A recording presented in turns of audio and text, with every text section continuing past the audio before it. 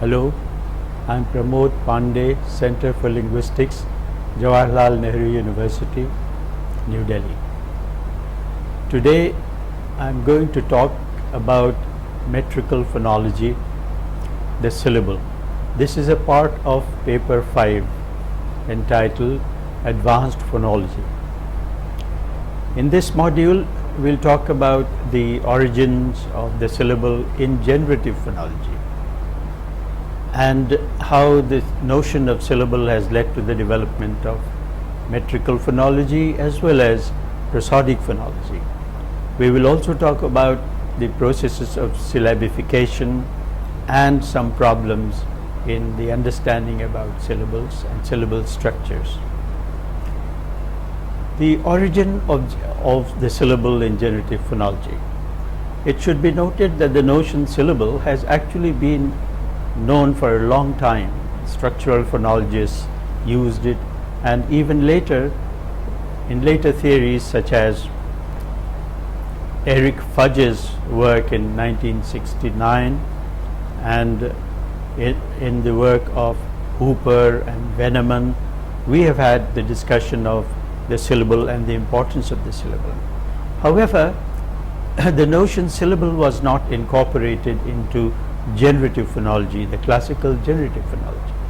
The reason was that the basic assumption in generative phonology was that we could do without the notion of the syllable, and the units C and V, the consonant and vowels, were adequate for describing phonological rules. Thus, when we take a look at this rule for stress placement in English, we get something like what you get on the screen in one.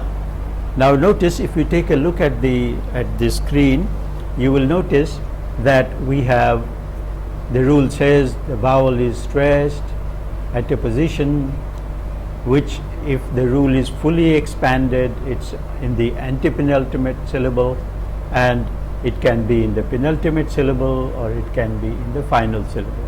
So the formalism of rule expresses this complexity. Besides, we have the various options available within the rule.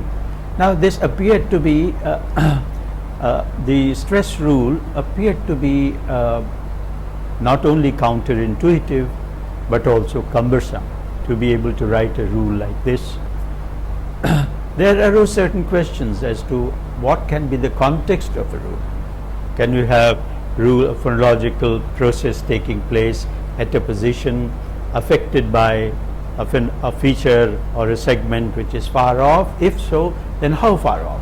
So questions like these were raised, and so it was felt necessary that the CV notion had to be sort of replaced by some other notion, some other unit, and that's how the syllable was called back, as if it were, into generative phonology from structural phonology.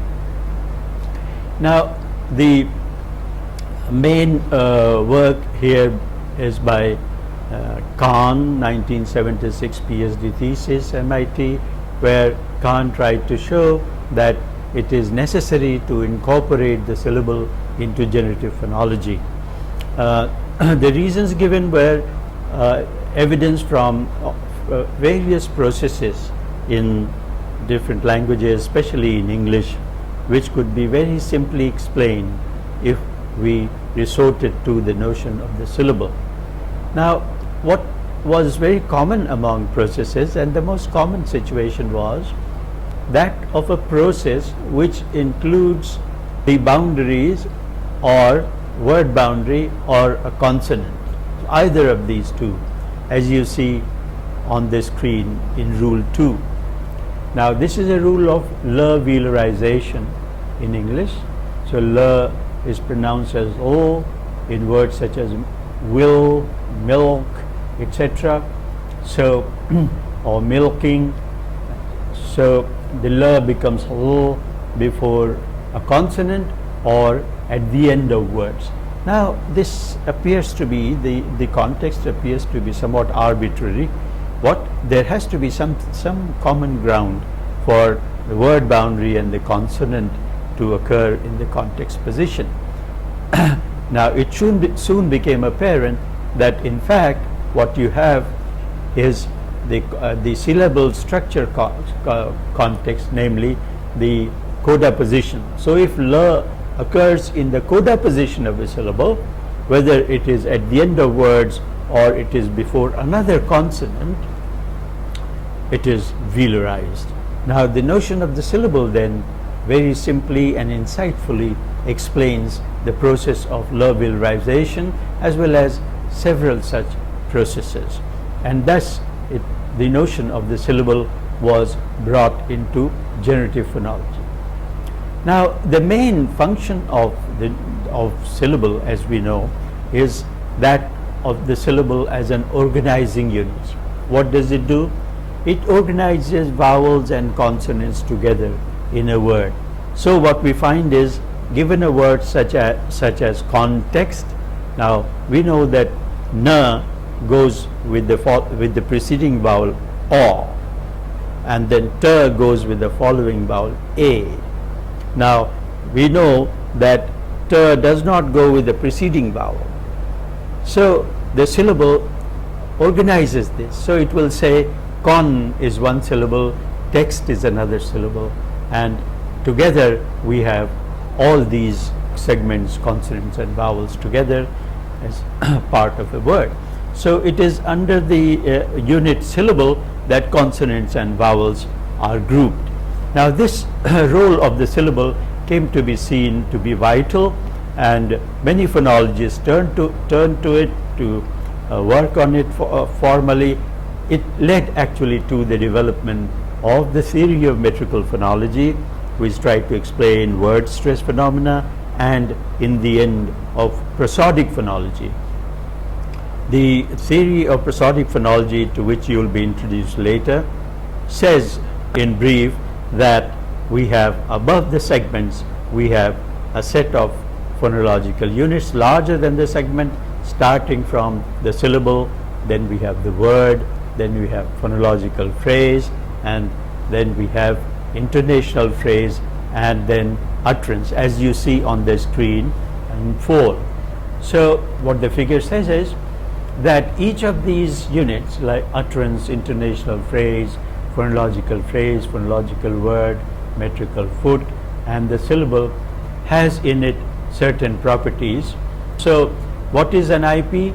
An IP is a unit that contains at least one nuclear tone.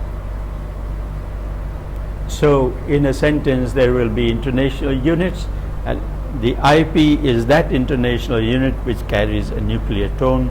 Phonological phrase is that unit which carries the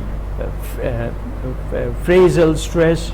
Then we have phonological word which carries word stress, and metrical foot which carries stress. The difference is that a word can consist of more than one foot, and similarly we have the syllable, which is constituted by vowels and consonants. And so we have all these units worked out. Now for illustration, we have a long sentence worked out for you to be able to see how the prosodic phonological units actually structure a sentence. Thus we have on the screen for you a sentence: the boy is doing wonderfully well in my course. It has the prosodic structure. This appears to be pretty complicated, but it isn't actually. You start with the utterance, and then you go next to the intonational phrase. Inside you have more than one phonological phrase, and inside you have more than one word, and inside then you have more than one foot or syllable, etc. So all these things are worked out for you, and take a look at them and try and prepare yourself for a more in-depth discussion of prosodic phonology in the coming volume. Now to return to the syllables, we said that the syllables are organizing units. How are these units organized? What is the basis for the organization of segments into syllables. The crucial notion here is sonority. Sonority. It is generally accepted today that segments are categorized on a scale of sonority, and there is a hierarchy. The hierarchy of sonority determines what segments can hold together, what segments must be distant from them. The sonority principle has been defined by Blevins in a very well-known famous article. I will read it out for you. So on the diagram, the left branch is more sonorous than the right branch, and sonority relations for a given feature are only defined with respect to segments with the feature specification of the mother node. Now you have then on the screen the figure which gives you all these features which are graded according to sonority. To start with, on top we have segment. On the left side is minus consonant, and on the right side is plus consonant. Minus consonant will mean, of course, vowels and semi-vowels. So these are more sonorous than consonants. Among vowels, the low vowels are more sonorous than non-low vowels, and among non-low vowels, the non-high vowels are more sonorous than high vowels. So high vowels are the least sonorous, and similarly the figures for consonants. We have then a whole worked out, actually, the sonority hierarchy of segments, consonants and vowels is worked out on, as you see on this diagram. We have low open vowels, mid vowels, high vowels, flaps, laterals, nasals, etc. So take a look at them and sort of get yourself familiar with the sonority scale. This knowledge about the sonority scale will come useful for you when you work on your own language or other languages, and the syllable structure amongst these languages. What are the criteria for dividing a word into its syllable structures?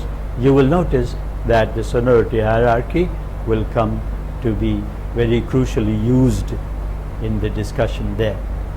Now, one thing has to be noticed, and that is the sonority hierarchy is a notion which has been called a markedness notion.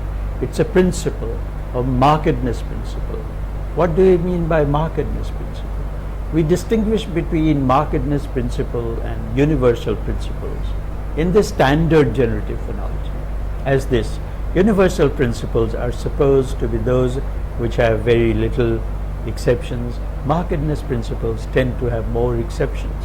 It just happens to be the case that a large number of languages have them, but it doesn't mean that no language has them. So these sonority sequencing may be violated sometimes, as it is in, for example, in some examples. Now, as we'll see on the scale, you have fricatives are more sonorous than plosives. So, but in English we have the fricatives actually going away from the edge. We will take a look at it more in what follows. Now, universal syllabification principles. So basically what we have are two types of principles which are used in deciding on the syllable structure and syllabification. One type is known as the universal syllabification principle, and the other is known as language-specific syllabification principle. Both have to be taken into account. The universal syllabification principles are two that have been proposed in the literature. One is known as the sonority sequencing principle. As you can see, it is crucially based on the notion of sonority. What sonority sequencing principle says is this, that the most sonorous element in a syllable is occupied by the nucleus, normally the vowel, And as you go from the vowel to the edge of a syllable, you have less and less sonorous segments.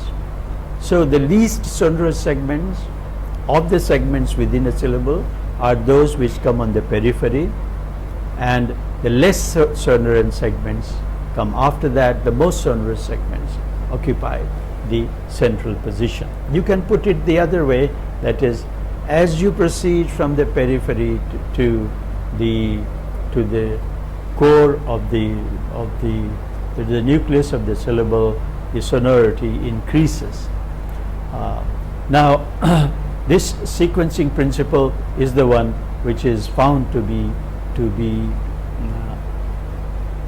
actually followed and playing a crucial role in most languages. For example, in English we get a word, let us say you get a word like B-E-N-D, bend. As you see, from the vowel A, the next segment is N, which is a nasal, and then you have a plosive. So B is the most sonorous, N is the next sonorous, and D is the next one in the hierarchy. And this is what the sonority sequencing principle says.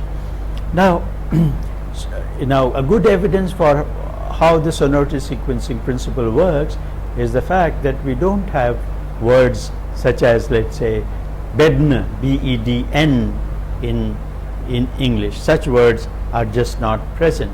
Why? Because they violate sonority sequencing principle.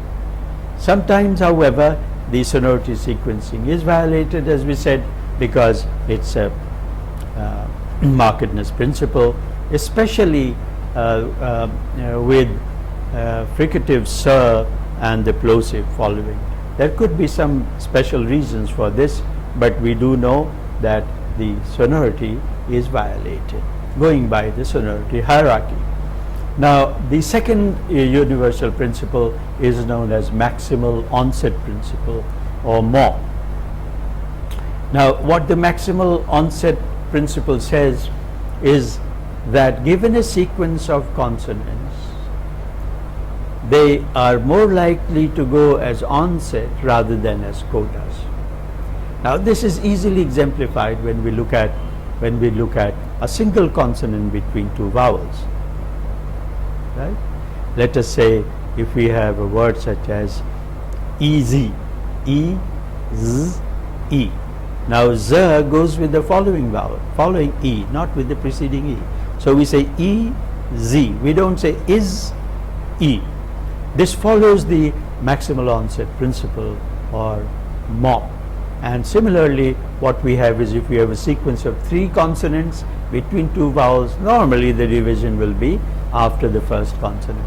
The other two consonants will go with the following vowel. This, by and large, is followed in most languages. What optimality theory does, to which again you will be introduced later on, is to propose some more universal principles. For example, it proposes two principles known as onset. That means a syllable must have an onset. This can be violated. And no coda means a syllable should not have no coda. This can also be violated. But these are proposed as universal principles. Together, these are found actually to illustrate, to work out what is known as MO. Now we'll turn to look at syllable structure. How is a syllable to be structured? Within the theory, as the theory has grown, we have two different models of syllable structure. One is known as the binary branching structure, which says that the syllable is divided into onset and rhyme. The rhyme is divided into nucleus and coda, as you see on the screen.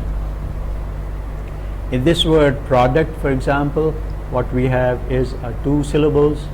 So the first syllable has onset, rhyme. Onset is complex with two consonants, rhyme has one nucleus, and the second syllable is duct. So it has a single onset, then the nucleus and the coda is complex. So this structure is known as binary branching, tree structure. Now this structure is often used to explain phonological processes, especially used when it is necessary to show the difference between onset and the rhyme. The rhyme is the one which may be involved in some processes, not the onset. So the tree structure has been used for another model of representation of syllables, namely the Moraik representation. The representation can be seen on the screen thus. We have two words here, bag and go.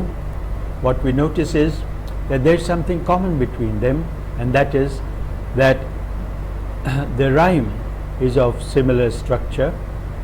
How?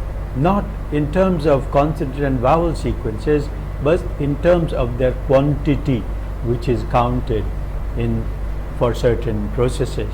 So in the rhyme we have the nucleus is one mora because the vowel is short, and then the coda also has a mora, Moraik weight.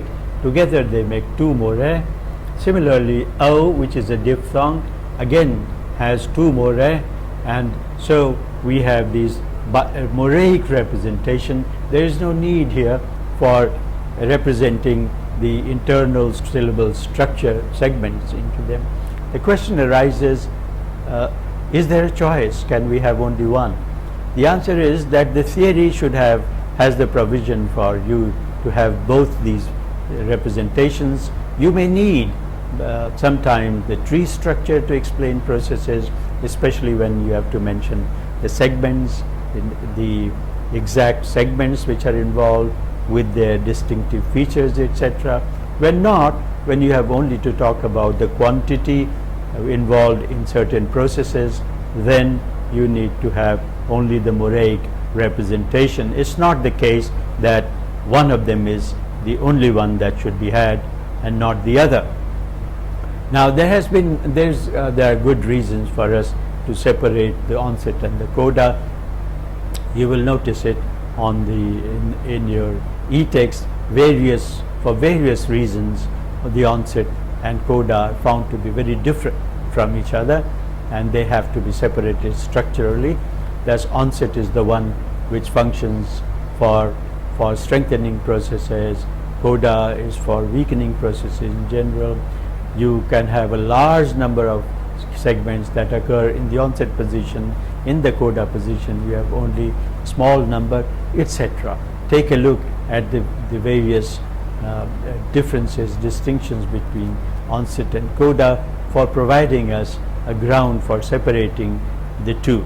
These tree structures and Moraik structures also help us represent the quantity of syllables, and what we have are three main types of quantities found in languages which go with the heavy syllables. So we have light syllables with one mora and heavy syllables with two mora. The heaviness is defined differently for different languages. Basically it is of three types, such as English and Hindi have either two vowels, diphthong, which are VV, or a V and a consonant. Both work as heavy syllables. In a language such as Malayalam, there is no coda at all. So if the onset alone has to function as heavy, then it can do so if the vowel is long. So only a long vowel qualifies for a heavy syllable. In a language such as Assamese or Bengali, the vowel length is missing. So if the vowel cannot represent the length heaviness, it's always the case that you have a vowel followed by a consonant, which alone is a heavy syllable. So language differ in defining what is heavy in them. This is something that you need to take into account. Now the syllable weight has to be very well justified in any phonological description. For example, in English, in Hindi, if you have two syllable degrees like short vowel and long vowel, How do you say that? How do you say that the syllable weight is important? Take a look at these examples on the screen. We have here two sets of these words: Mahila, which means lady; Mahina, which means month; then Bahudha, which means often; and Basundi, which is the name of a sweet dish. Now, the first line, Mahila and Mahina, you will notice that everything about these two words is the same, except that the middle vowel is long for month, Mahina, and short for Mahila. Now, that is what seems to be playing an important role in the difference in the stress patterns. So, the one with short vowel has stress on the first syllable, the one with the long vowel has stress on the middle syllable. So is the case with the following word. Now, so on the basis of examining processes and seeing the need for explaining these processes, we have different degrees of syllable structures proposed. Finally, the syllabification. How do we go about syllabifying segments into syllables? Essentially, there are two approaches. One is a rule-based approach and the other is a templatic approach. The difference between a rule-based approach is that it begins with assigning segments to different parts of a syllable. So what we have a set of rules. First of all, you have the first rule is that of vowel, which goes with the syllable, and if there's a single consonant, which will go as the onset, and then as the coda. The next one is the coda. If you have complex onsets and complex codas, then there will be a later rule which will adjoin them to the syllable. That's how different syllable structures are created within a system. The templatic approach, on the other hand, simply proposes that every language has a set of templates, as you see on the screen in 10.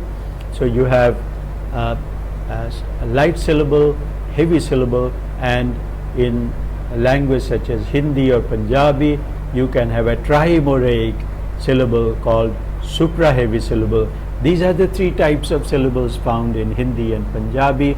So all we have are these templates. Whenever we find segments in a sequence, these templates are sort of imposed on them, and then finally the syllable structure is created. The final point is the difficulty that is sometimes created by a mismatch between syllable structure at the beginning of phonological derivation and a syllable structure at the end of a phonological derivation. See, the syllable structure rules, principles that we talked about are those which apply to segments in the early stage of derivation. So if you have a word such as potato, we will assume that the underlying representation is pa-te-to, and so the syllable structure division will be like that. This also always follows these universal and language specific principles. However, we notice that at the end of phonological derivations, after many detailed phonetic rules, the syllable structure that emerges in very fast speech does not really follow these universal principles. It is, for example, the word potato is sometimes heard in fast speech as something like tato, tato. There is no vowel between pa and ta. This goes against the universal principle of sonority sequencing, but in fast speech it seems that this violation of sonority sequencing is found to be a natural process. This has been very well explained in the theory of lexical phonology, to which you will be introduced. Modules, lexical phonology distinguishes between lexical module and post-lexical module. The rules of syllabification are also different in these two modules, and that explains why there is a mismatch between the phonological lexical modular syllable structure and post-lexical modular syllable structure. So there are good reasons that we have seen for us to study the other modules, which give us a justification for various aspects of the study of syllable structure. We looked at lexical phonology and also prosodic phonology. In the following modules, we will study them in greater detail. Thank you.